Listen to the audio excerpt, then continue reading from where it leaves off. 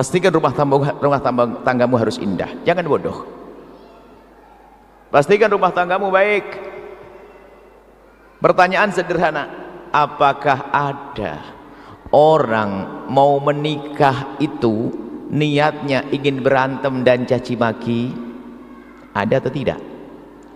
Kalau ada, pasti dia orang gila, orang bodoh. Menikah, ngapain kamu nikah? Saya pengen berantem. Orang gila, betul ya? Yakin? Cuman ternyata sekarang ini banyak orang gila setelah menikah. Itu yang saya pusing. Setelah menikah, Masya Allah, tidak ada kesabaran di dalam dirinya. Belum lagi, mohon maaf, ini kadang-kadang kita perlu nyisipkan juga permasalahan-permasalahan psikologi. Ada gampang stres orang hari ini, tak tahu kenapa gampang stres. Naik pitam, nah, mental, emosian sama suami. Ini juga permasalahan. Masalah psikologi itu penting juga, harus diperhatikan. Padahal ditanya hal sepele marah. Kenapa harus marah? Pergi ke psikolog. Terus kita tidak akan bicara dengan orang sakit mental. Kalau ternyata ada di antara kita memang sakit mental, setelah itu menyesal dia, berarti dia sakit mental. Dia ngomong caci maki. Nah, makanya kalau kita berhadapan dengan orang sakit mental, kata orang Jawa, sing waras ngalah. Anda yang sehat, fahami suamimu yang begitu, suka marah, narahnya nggak teraturan, berarti sudah mental. Suamimu kalau sudah marah yang nggak beraturan, berarti dia sudah mental dia. Bawa ke psikolog itu. Artinya harus dibenahi sisi mentalnya. Cuman yang merepotkan ternyata jawaban psikolognya apa? Iya ibu, suami anda memang sakit mental, tapi gara-gara engkau. Ini yang repot. Anda merepotkan ya. Sebab ada orang begitu, betul dia kena mental karena pasangannya memang tidak pernah bisa. Nah ini kan repot. Ayo sekarang berbenah. Rumah tangga harus indah, kita mulai. Siapapun anda, jangan menyerah. Neraka loh di belakang sana. Dan indah itu mudah. Kita harus bisa saling memaafkan, belajar, jangan gengsi. Pastikan hari ini anda tawadhu, anda berani memulai meminta maaf. Anda harus membuka diri anda. Permasalahan banyak, luar rumah tangga luar biasa, luar biasa. Di dalam rumah tangga yang namanya problem itu pasti ada selagi anda masih hidup di dunia. Rumah tangga Nabi juga ada, cuman Nabi itu dalam rumah tangganya ada permasalahan untuk jadi contoh bagi kita bagaimana cara menyelesaikannya. Dengan Siti Aisyah punya permasalahan.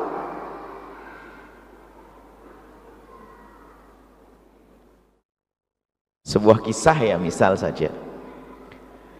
Suatu ketika ada sedikit perselisihan antara Sayyidina Nabi dan Sayyidat Aisyah. Sayyidina Nabi itu adalah orang yang sangat bijak dengan wahyu, tidak akan melakukan apapun kecuali dengan wahyu. Petunjuk wahyu mengatakan bahwa biar orang lain yang menyelesaikan. Biarpun beliau seorang nabi, tapi ngajari bagi kita. Yang menyelesaikan orang lain. Ditunjuklah Sayyidina Abu Bakar As-Siddiq. Sayyidina Abu Bakar As-Siddiq itu bingung untuk jadi penengah. Yang satu adalah nabinya, yang satu adalah putrinya. Bingung bisa adil atau tidak. Cuman karena ini perintah baginda Nabi, maka Sayyidina Abu Bakar pun mau menjadi penengah.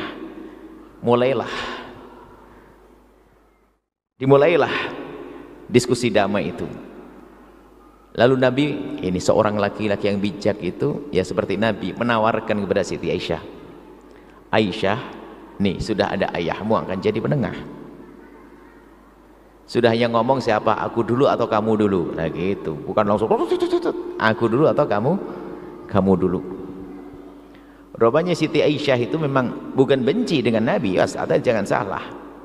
Problem itu mesti ada, nggak enak, pegel tapi bukan benci loh, orang nggak enak, ada permasalahan. Kita tidak mengatakan Siti Aisyah, nah ini permasalahan. Di saat ditawari Siti Aisyah untuk berbicara apakah Nabi dulu atau Siti Aisyah dulu, Siti Aisyah ngerti mendahulukan Nabi. Lalu Siti Aisyah menjawab, engkau dulu ya Rasul, engkau dulu yang berbicara. Cuma jangan ngomong kecuali yang benar. Wow, ini Nabi dibilang begitu, jangan ngomong kecuali yang benar. Mendengar ucapan Siti Aisyah ini, yang marah siapa? Sayyidina Abu Bakar As-Siddiq. Kok berani ngomong begitu? Nabi maksum wahyu, Siti Aisyah manusia biasa, tapi dia mulia. Jangan dianggap ini merendahkan, karena ini memang dibuat begitu oleh Allah untuk menyelesaikan masalah. Sayyidina Abu Bakar marah, Siti Aisyah mau dipukul. Di saat melihat Sayyidina Abu Bakar marah, Siti Aisyah bingung, dia mau dipukul, lari. Tiba-tiba apa? Lari. Tiba-tiba wajahnya itu ditumpahkan di dada Nabi, minta perlindungan kepada baginda Nabi Muhammad SAW. Setelah itu apa? Sadar, wong dia lagi punya masalah dengan Nabi, kok tiba-tiba dia wajahnya kok di dadanya Nabi. Setelah itu ngelihat Nabi, malu beliau. Setelah itu senyum, selesai. Yang perlu diambil pelajaran di sini, wanita hebat kalaupun punya masalah dengan suaminya, tetap menganggap suaminya adalah sebagai pelindung dan imam. Jangan gampang cerita ke tetangga sampai ujung sana. Kadang-kadang di status gambarnya muka cemberut, pagi-pagi sudah begini. Ini perempuan-perempuan murah, rendah. Kejadian di kamar, di kantor tahu semua. Inilah Siti Aisyah. Biarpun ternyata dia punya masalah dengan suaminya, ternyata tetap merasa bahasanya yang bisa melindungi adalah juga suamiku. Tidak ada dendam, tidak ada ini. Ya begitu sebagai seorang istri itu, biarpun mungkin ada perselisihan percikan, memang kita manusia, suami manusia, engkau manusia, tentu ada percecokan, tapi harus tahu adab, ada batasan-batasannya. Seperti anak dengan bapak, ada batasan-batasannya. Nah, problem ini selalu ada dalam rumah tangga, dan harus Anda sadari, karena Anda menikah dengan manusia 100%, dia bukan malaikat. Manusia yang tentu ada kesalahannya.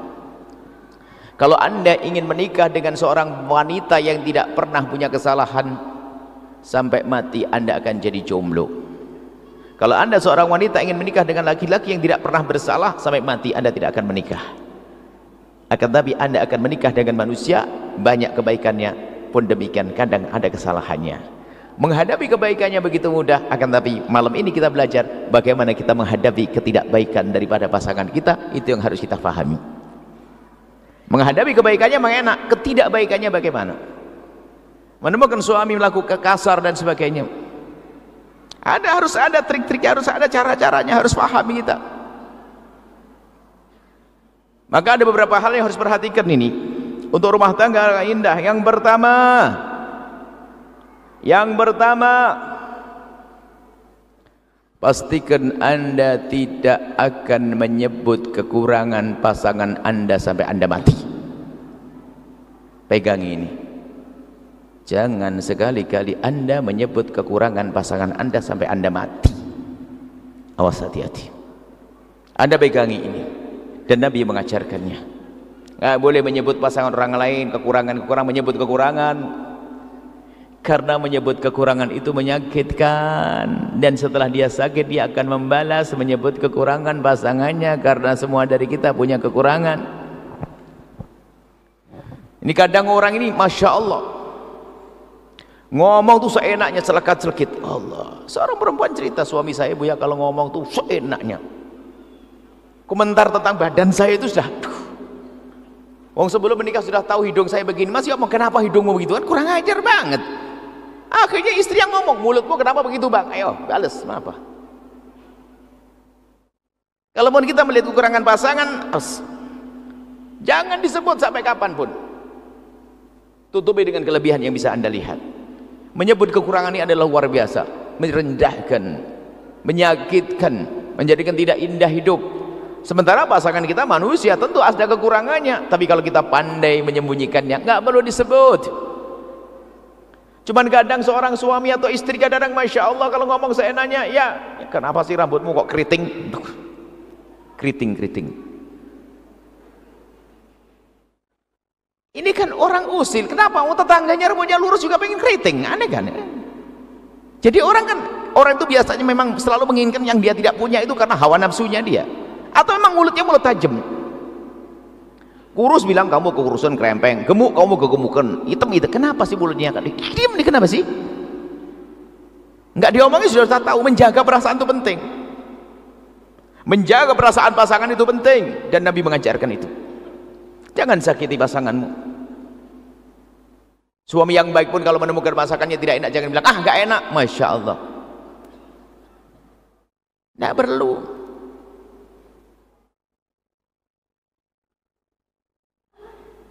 Dan jangan menjadikan gojlokan itu sebuah kebiasaan. Hati-hati.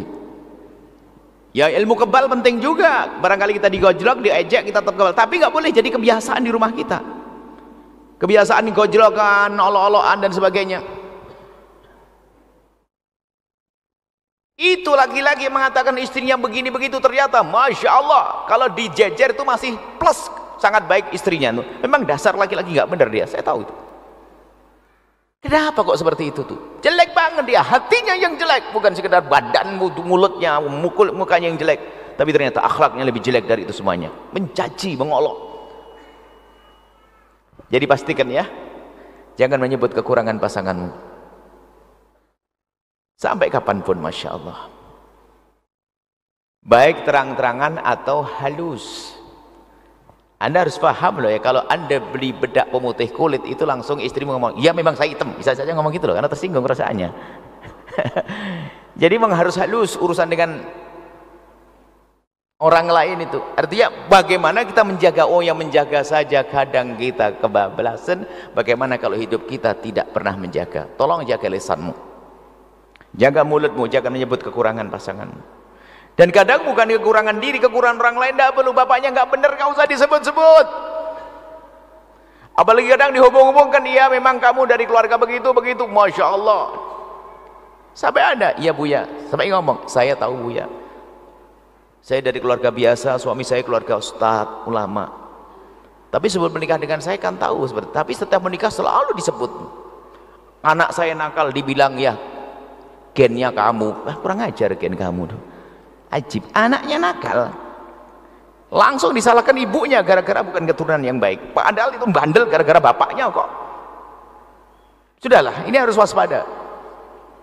Jangan gampang menyalahkan pasangan, menjelekkan pasangan. Ini penyakit hari ini. Seolah-olah dia tidak menyadari dirinya. Kalau bahasa guyonannya tuh beginilah, kalau belum menikah, kalau pengen mencari pasangan tuh bener-bener kau lihat pasanganmu itu bener nih, milih. Karena Nabi mengajarkan, insya Allah pertemuan yang akan datang tuh Qaul Mar'atul Arba'in, kalau menikah tuh lihat, milih. Kalau mau menikah itu milih. Jika engkau ingin menikah, lihatlah calonmu itu dengan mata melek, dilihat dulu benar tidak. Cuman kalau dia sudah menjadi pasanganmu, pandanglah pasanganmu dengan mata remeng-remeng gitu loh. Kebalikan sekarang. Dulu waktu menikah, pokoknya kalau tidak dia, nggak mau dia. Wah, dunia seluas daun kelor, hanya ada dia di dunia ini. Apa itu? Giliran menikah, wah kebuka semuanya. Balikannya, kita harus mudah tutup kekurangannya. Semakin kita tajam fokus kepada kekurangannya, lihat hilang, akan berkurang itu cinta. Dia masih punya kebaikan-kebaikan. Kita harus membiasakan dengan seperti itu dengan pasanganmu. Sudahlah gini saja, pastikan kalau engkau sudah menyebut kejelekan pasanganmu, engkau yang jelek. Sudah, rumus. Nggak usah pakai pengadilan nanti. Keturunannya tidak baik, keturunan mana ada? Nabi tidak menyebut-nyebut keturunan kok. Bapaknya ini ada, kullu mauludin yuladu ala fitrati. Bapaknya penjahat, anaknya bisa jadi kekasih Allah kok. Siapa yang tidak tahu Abu Jahal tuh? Orang paling jahat seluruh dunia, paling rendah dunia akhirat. Abu Jahal punya anak namanya Ikrimah, sahabat yang mulia. Ayo, jangan dibawa-bawa ayahnya itu. Kalau anda sudah mengambil dia, didik dia dengan benar, selesai. Kadang turun keturunannya dibawa kemana-mana, dibawa. Masya Allah nih, pastikan rumah tangga yang begitu tidak akan indah. Hidupnya ngenes, kalaupun bertahan istrinya atau suaminya bertahan, ya karena sudah terlanjur punya anak 3, mau gimana lagi. Kalau masalah mulutnya, Masya Allah, lillah, tapi ternyata hidupnya tidak indah. Kemudian dia zalim terus dalam rumah tangganya. Dari biasa menyebut kejelekan pasangan itu akan buat reaksi. Setelah ada reaksi sering berantem, sering caci maki. Disitulah hilang cinta, setan akan bermain setelah itu. Sehingga matanya menjadi mata senang melihat yang haram daripada melihat yang halal. Bencana setelah itu. Ayo, ini yang pertama. Pastikan Anda tidak akan melihat, menyebut kekurangan pasangan Anda.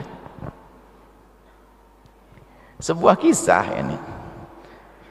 Sebuah kisah itu hanya sekedar artinya sebagai gambaran tentang nilai ya. Jadi gini ceritanya, komitmen suami istri itu ingin berbenah. Lalu bagaimana?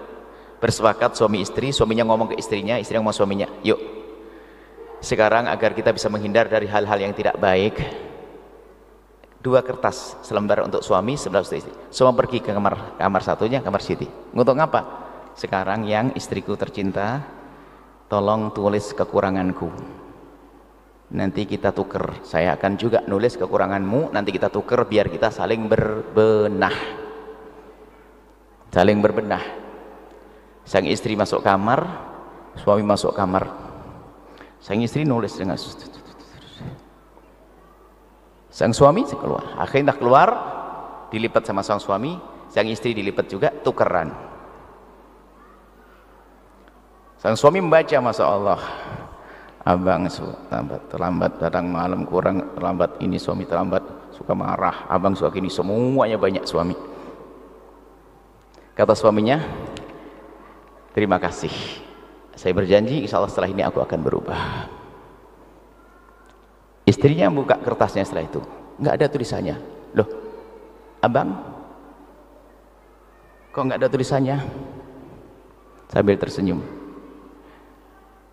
aku hanya bisa melihat bahwasanya kau adalah istriku yang baik, istriku yang cantik, istriku yang solehah. Aku tidak bisa menemukan kekuranganmu. Ayo, habislah. Siapa yang menang coba? Yang menang suaminya. Jadi memang ini sebuah contoh saja. Karena menyebut kekurangan tuh nggak enak. Suami insaf di sini. Wah, istrinya terlanjur semangat, tulis semuanya tuh. Ampun, saat terlambat ngasih duit itu udah tulis. Ini sekedar gambaran saja. Ternyata yang bisa menutup menurut Anda adalah bagus, ya kan? Berarti perempuan ini apa? Laki-laki ini adalah baik karena apa? Dia tidak ingin menyebut kekurangan pasangannya. Itu maksudnya. Apalagi mohon maaf kalau sudah semakin hebat, semakin kayak ustadz. Sehingga ada pertanyaan, Buya, kapan, apa syaratnya perempuan bisa menjadi wanita karir? Syaratnya mah gampang. Dapat izin suami, izin yang sesungguhnya ya, bukan izin ngancem. Izin sesungguhnya itu, abang gimana kalau saya kerja menurut abang? Bahasa begitu. Bahasanya lembut begitu. Ada minta izin tapi serem, abang ini nggak bisa nyukupi semuanya, bang gini nggak bisa, setiap hari kurang terus bang, saya mau kerja bang ya. Ya bahasa iya, ngomongnya nggak enak dulu. Jadi izinnya yang benar, bukan izin ngancam.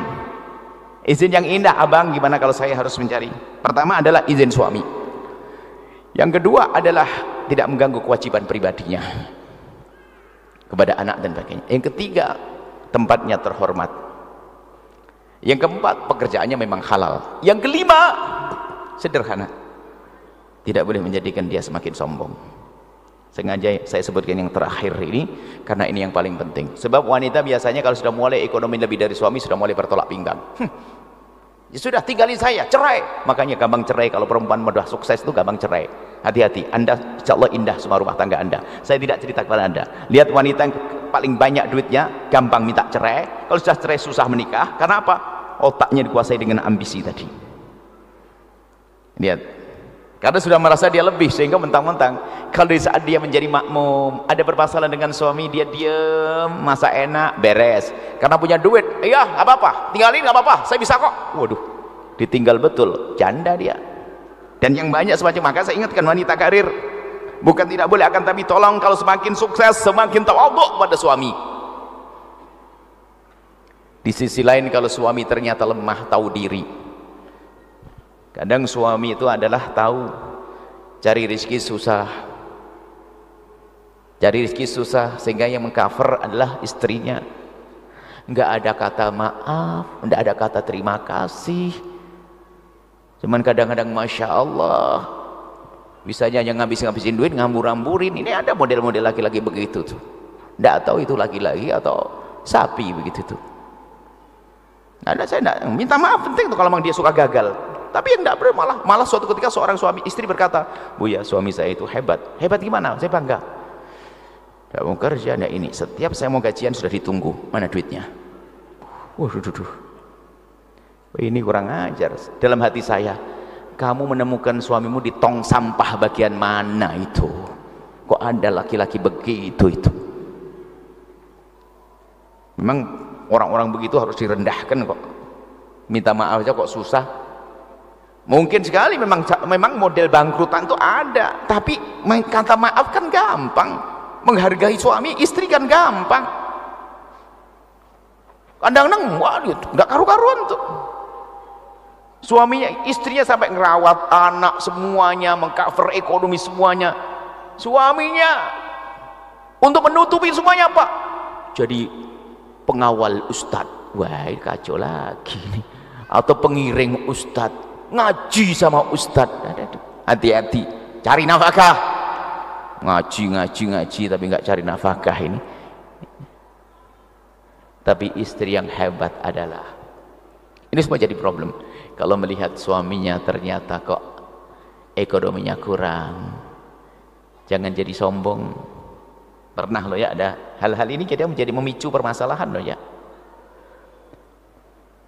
Ada pada zaman Nabi seorang perempuan ngadu ke Rasulullah, ya Rasulullah, suami saya itu modelnya bangkrutan, nggak bisa kerja.